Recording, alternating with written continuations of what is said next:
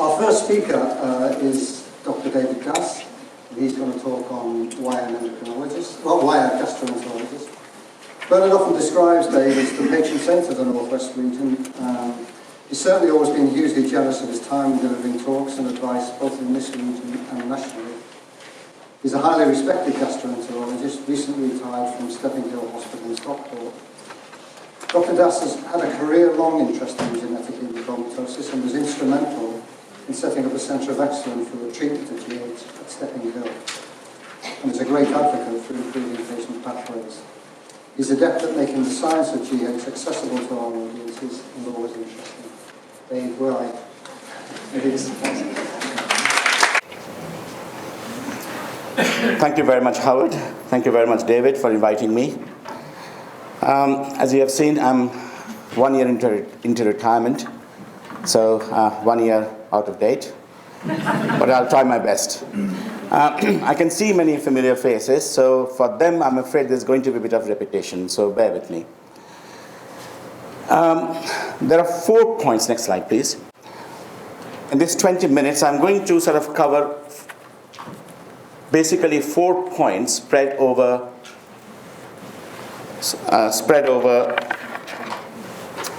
12 or 13 slides. The first point is going to be on the story of iron. Whoever leads the program of hemochromatosis should be aware of the whole story in all its details. Yes, it is very heavy on details, but I can tell you there is also poetry. There is a lot of sort of what we call nature at its best in terms of grandeur and glory. Iron is a gift of nature to us, and the body uses this iron in a very, very clever way. But the same thing can work against the body, which is why I often use the word loose cannon or a double-edged sword. And we need to be aware of those areas before we beginning to understand the intricacies of the condition hemochromatosis. Then I'm going to take you through a patient's journey. As you all know, hemochromatosis is a wide spectrum. Most of patients fall on the mild end of the spectrum.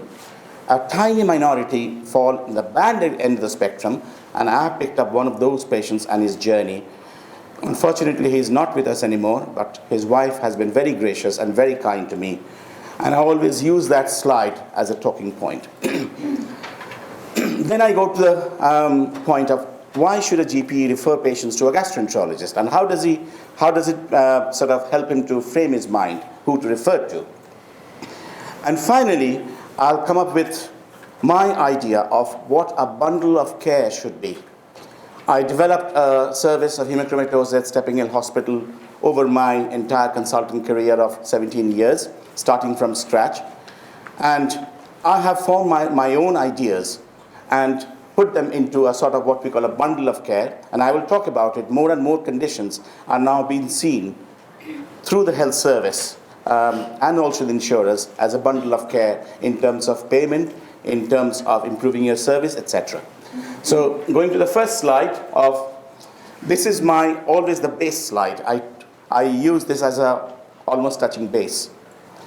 This is a slide of a supernova. As you all know, many billion years ago, there were superstars, and then they collapsed, and then they exploded into supernova. And in that billions of temperature, the basic isotopes of iron, platinum, gold, silver, they were all created. And those things are in our bodies. And I use this slide for 2 reasons. A, it reminds us that all of us are here, regardless of our color or our sex or where we come from. We have a common origin and we have a common destiny. And iron, whenever I talk about the story of iron, it reminds me of our common journey. Next slide, please. Now, the story of iron. As you all know, the only way iron can get into your system is through your alimentary tract, unless you're receiving treatment. How does body evolve its gut and making it a very good gatekeeper? The iron that we eat in our diet or food is generally of 2 types, the heme iron and the non-heme iron. Heme iron, which comes from the meat, sort of offal, liver, it gets straight into the system. There's no problem. Which is why, I don't know why so many patients with iron deficiency anemia are still being treated with oral iron. Meat is the best form of treatment in iron deficiency anemia. But it's the other iron which comes from the vegetable world. It needs receptors to get into the system. And this is what the body controls. No, sorry, I'm still on the old slide. Yeah. As you can see, the first picture is the inside of the duodenum. That's where all the villi are. And you can see the histology of the villi. The cells at the base of the villi, this is where they are switched on. And they migrate towards the tip. In other words, you are deficient in iron, the body will sense that. And it will switch on the transporters. And in a switched on state, the transporters will migrate to the tip and it will absorb iron as much as it can. So in other words, if you're iron deficient, your iron absorption can increase by 7-fold, 10-fold. But as the iron stores build up within the body, something else happens. There is a sensor within the liver. These iron-loaded proteins, as they go to the liver, they latch onto the receptors, which send signal within the liver cells, and the liver synthesizes, you could say hormone, you could say protein, called hepcidin. It's a very newly diagnosed protein, diagnosed only about 10 years ago, but it has got a very, very powerful effect on the duodenal cells. That hepcidin will come to the base receptors and switch them off. In hemochromatosis, whatever be the type of hemochromatosis, there is some problem in synthesizing and release of hepcidin. So our whole understanding of hemochromatosis is now centering around one protein, the hepcidin. If we can crack it, then who knows, one day the treatment is not going to be venesection, but giving hepcidin. So watch the space. Next slide, please. Now, let me take you through the journey of this patient I was talking about. So I think, David, you have to keep ticking. There's a 68-year-old man who came to see us in his, late 60s. And his only past history was ankle swelling 7 years before. Then he started complaining of leg pain. This is spread over a few years. Tiredness. And men generally don't complain or volunteer their sexual problems. But on inquiry, he did complain, did admit to having loss of sexual drive. And then it started to all fall in place. But by this time, he has gone through at least 5 or 10 hands. He has seen a cardiologist who has done angiogram because of chest pain. He has seen a neurologist who has done nerve conduction studies, etc. He has had God knows how many other different investigations. But the main problem is the ferritin. And I'm now going back to the beginning of my journey at Stepping Hill. So the gene test was just becoming available to the district hospital doctors. And I was probably one of the first few physicians who had the benefit of that. And he tested positive. And then everything started to fall in place. He had investigations for liver disease. He had frank cirrhosis. He had 100 venesections. And we kept a watch on this gentleman. Now, textbooks, now I'm going back 10, 15 years ago. Textbooks were not that clear about guidelines as to how often you should keep these patients under follow-up, whether you should bring them back every 2 years, every 1 year, every 6 months. But we kept a very close watch on his alpha-fetoprotein. And 11 and 18, they're not very high levels. I don't think it will raise eyebrows in a liver clinic. But given the propensity to develop liver tumors in these patients, we followed him up very, very closely. And I remember requesting for this CT scan. I literally had to sit on my knees and beg for this CT scan because he wasn't meeting the urgency of other high-risk patients. And not one, but 2 tumors within the liver. He was referred to Manchester Royal, where he had an angiogram, and he had chemotherapy injected into the thing. He lived for another 10 years. So how would you rate this thing? Now, from the physician's eyes, I think that was good treatment, except the first part. Why did it take so long for him to be diagnosed? Why was it not picked up? Why did we not think of hemochromatosis when he went to see his orthopedic doctor with an ankle problem? So how many tiers of people we need to educate about hemochromatosis other than those who are running the liver clinics? And I'm going to talk about that a little bit later. That brings me to the poor chap who we call as general practitioner, the gateway to the National Health Service. Now this chap has to look after from pediatrics to geriatrics. He has to know all pathways. He has to know so many guidelines. Now, this slide, very kindly given to me by Kit, this is your information. A questionnaire was sent down to patients and the information was collated. I wish all the patient organizations take a leaf out of your book and they educate us. Our textbooks are often far behind date and often outdated. It is much more important to learn from patient societies. Now, as you can see, the symptoms can be probably broadly divided into three groups.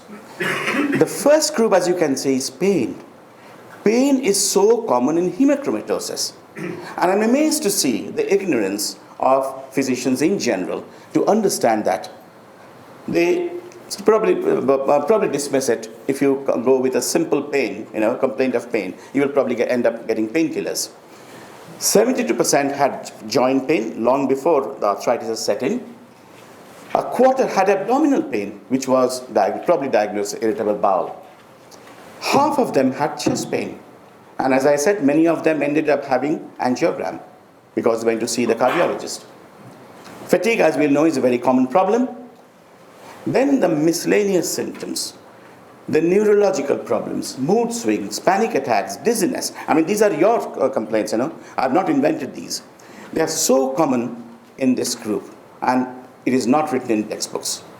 And when I try to analyze these symptoms, it appears there may be some correlation with the new MR studies finding iron within the brain. So is there any connection between the iron overload or the iron in strategic location within the brain? Something we need to think.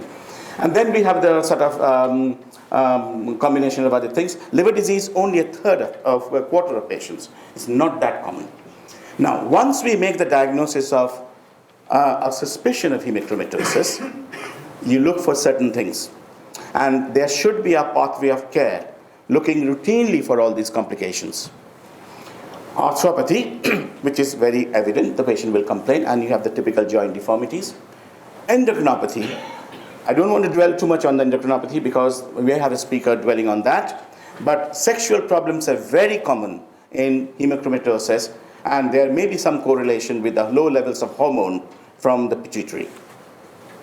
Liver disease, I have said. Osteoporosis, not well recognized, but there are case reports coming up, osteoporosis leading to loosening of hip joints.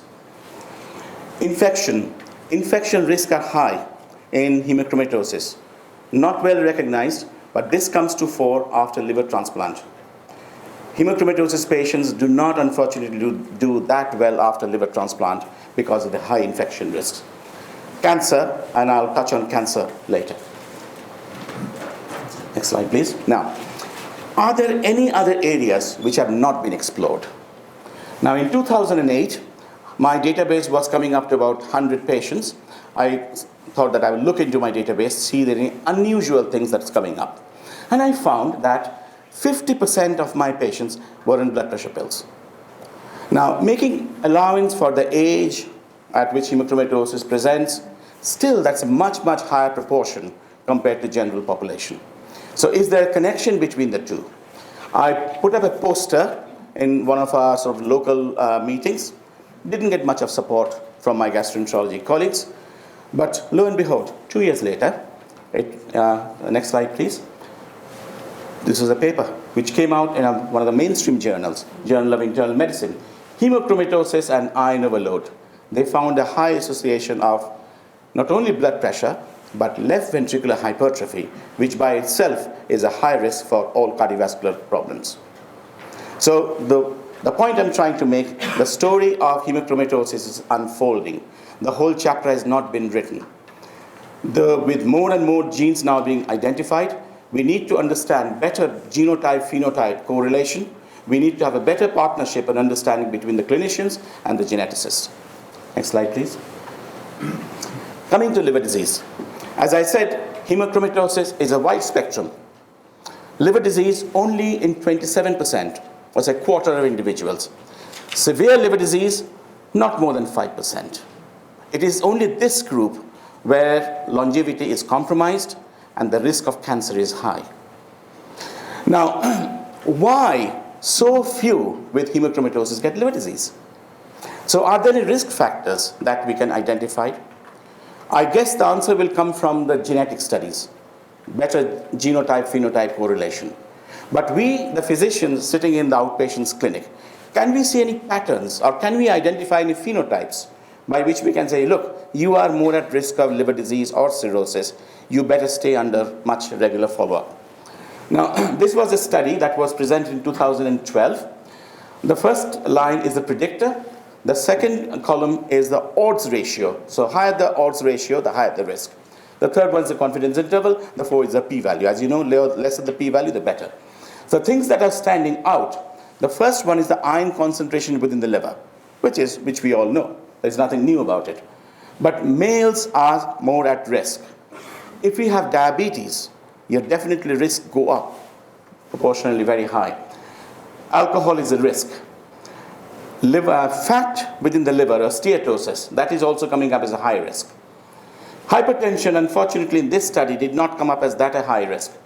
But in other words, if you are a male, if you are diabetic, and if you are consuming alcohol in excess, these three risk factors are, unfortunately, they're cumulative. Next slide, please.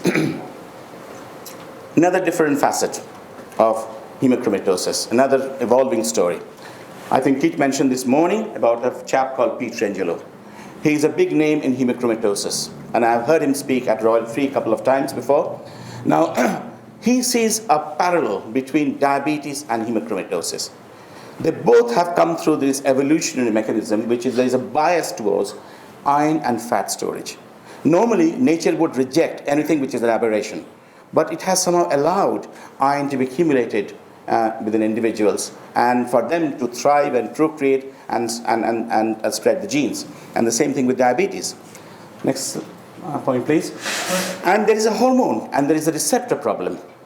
With diabetes, as you all know, insulin is the hormone and the glucose receptor is the receptor.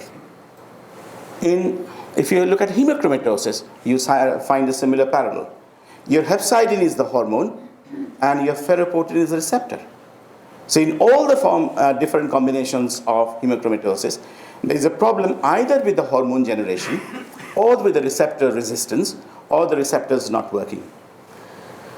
And there are clamp studies, I don't want to go into that. And finally, it is possible, just like diabetes, one day you may get a treatment of hemochromatosis in the form of replacement treatment. So the two pictures of insulin and hepcidin. One was discovered in 1924 and the other one was in 2000. As I said, they have a hormone and they have a receptor, and deficiency of any of these two can lead to this condition. Next one, please. Now, what investigations would you ask for in hemochromatosis? We are all aware of the screening investigations. You know about serum iron, you know about transferrin saturation and ferritin. Of these three, transferrin saturation is the best one. Why? Because serum iron is very difficult to rely on. It goes up and down, whether you're in fasting, whether you're eating. Serum ferritin can be high in so many different conditions, whereas a fasting transferrin saturation is the best way to diagnose iron overload. Okay? Now, these three investigations are for initial screening. But when they come to the hospital, you need a confirmation. So, the gene test. And then finally, the other investigations for assessing organ damage. So for the liver disease, you have a scan and you have a biopsy, or you have an MRI or a ferret scan, which we're going to listen to this afternoon. For endocrine deficiencies, you have sophisticated investigations. But a lot of people ask me, what is this CA2A2Y? And this slide explains to you what it is. Basically, it's a transmembrane protein. So the cells, they all are lined by a membrane. And on the membrane, there are hundreds, probably thousands or millions of proteins sitting. And some of them are involved with signal transmission. Some are involved with joining up with the other proteins to send signals downstream. C2A2Y is a transmembrane protein that binds with microglobulin and the iron transferrin receptor, the combination. Now, if there is a mutation, as you can see, the two common mutations, C2A2Y and H63D, this transmembrane protein becomes a bit stiff. And those aggregates of molecules do not happen. And the information doesn't pass downstream. So the gene tests identify the genes corresponding to that protein. Okay, if that makes sense. Next slide, please. I don't want to go into venesection today because there is a lot to talk about. And I'm sure I don't know if there are venesection nurses, I'm sure there will be. They are in a much better position to answer the technical aspects of venesection. But, no, sorry, I'm still on the previous one. Yeah. The reason for showing this slide is when I set up my service and I sort of was going around talking to my colleagues, I was amazed to find that there were doctors who didn't believe in venesection. Every now and then they used to come up with articles, etc. What's the point in doing venesection? It doesn't change the outcome. It does not change, it does not increase in longevity. Objective evidence that it takes the iron out of your organs. One of my patients who was suffering from hypotension and a few other liver-related problems, she volunteered to have a second liver biopsy because she also wanted to know that a venesection has worked. And I don't need to tell you that there are two pictures here, 5 years apart. 5 years apart, yeah, which one has iron and which one doesn't. So it definitely works, yeah. So please press for venesection. Please make sure that you are having it regularly and keep your ferritin less than 50 and transferrin saturation ideally less than 50. Coming up to my last two slides. How am I doing, David? Couple of minutes. Bundle of care. I would like to organize my thoughts along this bundle of care. As I said, there are so many conditions in our health thing, starting from heart attacks, strokes, alcohol, inflammatory bowel disease. Unless the bundle of care is fulfilled, the trust doesn't get paid from the CCG. So this is a financial incentive to ensure that all patients of hemochromatosis are getting their treatment in the proper time, in the right time. So this is my bundle of thoughts, you could say, which I have developed over the past few years when I was working. The first part relates to the GPs, early diagnosis. And how do we raise, and we have discussed about it, there needs to be a lot of advertisement, a lot of leaflets, a lot of programs to raise the awareness amongst the population in general. But my advice would be, focus it around the key individual, the proband case. If you look for hemochromatosis across the population, unfortunately, it's not going to be a rewarding process, which is why government has not gone down that path. But if you focus your thoughts around the key individual who has been diagnosed as hemochromatosis, make sure that all family members get screened, your pickup rates will be much higher. Now, when they come to the hospital, obviously they're going to have the key investigations, but I would like to add one more facet to that. Often in the district hospital, with so many other things on hand, the poor gastroenterologist who is sitting in his clinic and seeing the odd hemochromatosis patients, he hasn't got a second person to talk to. Ideally, and this is where the society can help us, in forming a MDT group, a central MDT group, which can be used as a sounding board, which will help you with genotype-phenotype correlation, which will help you with sort of the odd case which doesn't fit into the mold. And these meetings doesn't have to be face-to-face. It can be sort of, in a virtual way. Yeah? So the clinician and geneticist, MDT, as it happens in cancer, is becoming more and more important. My guess is, in the coming years, every hospital will need an iron specialist who will take control of all these things. Hemochromatosis is one in the spectrum. There's iron deficiency, which is another big end of the spectrum, yeah? So MDT is becoming very important. Family screening, I don't need to tell anything about. Advice. When they come to the hemochromatosis clinic for venesection, that is not only venesection, that is a holistic assessment.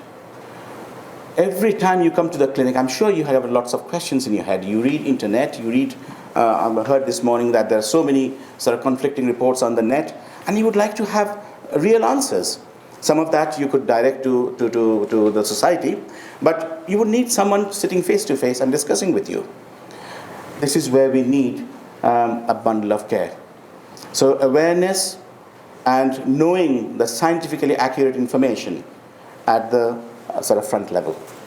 Venesection, I don't need to talk about. Cancer, I don't want to scare you, but cancer is a big problem in the hemochromatosis population. Those who have liver disease, particularly cirrhosis, are very high risk of hepatoma, and ideally they should have ultrasound scan every 6 months or every year. But there are specialists, and I'm one of them, who suspect that there may be a higher incidence of non-liver cancerous individuals. Although it is not out in the literature, nobody has actually shown this. There are small studies. So I think it's very important that in the venesection clinic, the venesection nurses actually actively look out for any new symptoms and bring to the doctor's attention. Early refer to a tertiary center, as I did with other patient I showed. Otherwise, his hepatoma wouldn't have been picked up, and he wouldn't have another 10 years to live. This is mine. I'm sort of linking up with what we discussed in the morning. I started with a database, but when I started, there were only 2 patients. By the time I left, there were 230 patients on the database. You wouldn't believe how much we learn when we reflect on the database on a regular basis. I think every hospital dealing with hemochromatosis should know their patients. Database is the only way to know. If you have a database, you can network with other people, other centers. And a good way of networking would be with the MDT team. And ideally, I think the society should look for someone at the center, academic, preferably an academic, who can collate and pull all the information from the literature and make that meaningful through your website or through these MDT meetings. How to make sure that we stay on track with this bundle of care. We heard about NICE. Yes, NICE is a good way of making progress, but I can tell you, in the table of priorities, hemochromatosis will come here. Yeah? There are lots of other things before hemochromatosis. And number 2, NICE is a scientific organization. They are not medical people. They will ask for sort of scientific evidence. The way forward is to network with all the areas, collate all the information, and pull them together. Algorithms, yes, we have algorithms, but again, just like any other algorithms, when you come to a practical individual patient, it always falls between 2 stems. What do you do? Who doesn't fit into the mold? Again, MDT will be a good way of knowing. Aiming by quality outcomes, as the government is doing for strokes, cancer, and we can see that definitely the quality of treatment has improved in the past few years in the NHS. Should we apply that principle to a bundle of care in hemochromatosis? I'm afraid it will not work. Whereas in strokes and heart attacks, all those delivery of care within first 48 hours, this is spread over a few years. So it will not work. My advice is, as I have been sort of badgering in all my meetings, is create the awareness through centers of excellence. If you work with Department of Health, identify areas of excellence, give your seal of approval, then patients can use their own card and transfer their care under this. So that will bring the core number of patients under the center of excellence. You can network with them, you can collate all the information, you can build your own research database, and I think that's the way forward. Thank you very much for listening to me.